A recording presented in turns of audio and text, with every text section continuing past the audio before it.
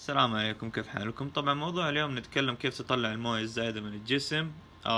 طبعا الموية تحبس في جسمك، كل واحد حسب جيناته، بس غالبا تكون حول منطقة البطن والخواصر بالذات. طبعا من ناحية الناس اللي يدخلوا بطولات لازم يقللوا الموية اللي بين الجلد والعضلات. ليش؟ يبغى الجلد يطبق على العضلات عشان يكون شكله أفضل وأنحف. طبعا الحين بقول لكم الطرق مختلفة كيف تطلع الموية الزايدة من الجسم. طبعا اول طريقة اشربوا موية زايدة.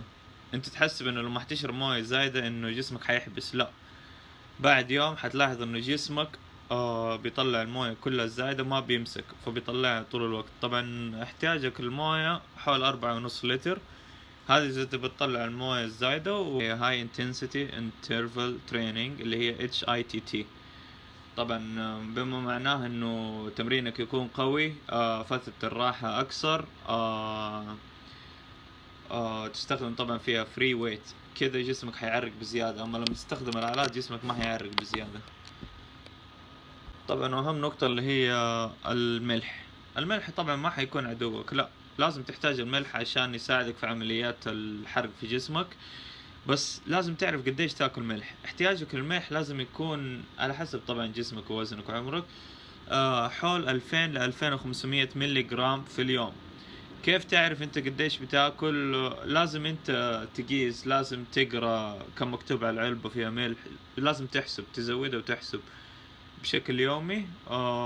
طبعا هذه نقطة جدا مهمة، لأنه لو زاد احتياج الملح عن جسمك، الملح بيسحب الموية من جوة الخلية، من برا الخلية لجوة الخلية، فجسمك حيظل ماسك في الموية ما حيتركها، فحيطلع شكلك كأنك بالونة.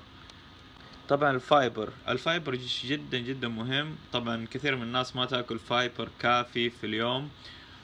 طبعا فائدة الفايبر بينظف المسالك البولية والكلى. طبعا حنضيف لك القولون والأمعاء كمان. زي مع سبيل المثال الشوفان فيه فايبر وكارب. الكارب حينهضم من الشوفان، والفايبر حينزل من أمعائك، ما حينهضم. طبعا يساعدك كمان انك تتخلص من الموية الزايدة، وخصوصا اذا تاكل الصبح. طبعا النقطة اللي بعدها هي اشرب قهوة سوداء وشاي.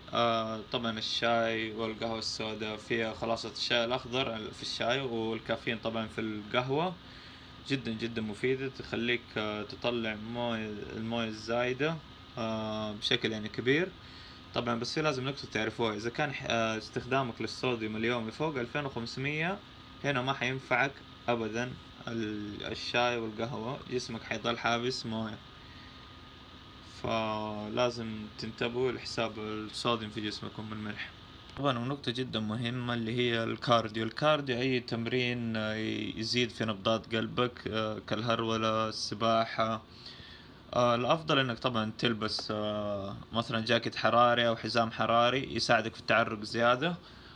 طبعا هذه نقطة جدا مهمة، إنك تعرق زيادة، تحرق كالوري زيادة، هذا بيساعدك إنك تطلع الموية. وطبعا زيد عيار المغنيسيوم في جسمك شوي، عشان كمان التخلص من الموية الزايدة. ونقطة مهمة كمان اللي هي الساونا جدا مفيدة. طبعا مو لازم تجلس في الساونا ساعتين أو شيء، لا، ولا انه تجلس 10 دقائق، يعني مثلا يوميا لمدة 20 دقيقة، نص ساعة كافية تطلع الموية الزايدة من جسمك. النقاط المهمة اللي هي التشميس، الشخص لازم يتشمس علشان يطلع الموية الزايدة من جسمه عن طريق التعرق، هذا يعني شيء معروف. طبعا النقطة اللي بعدها كمان اللي هي الأكل، إيش في أشياء تاكلها يعني تطلع الموية من جسمك طبيعية. عندك الاسبرغس صراحة من أقوى طوارد الموية الطبيعية، ولودر كمان طبيعي للسكر في الجسم.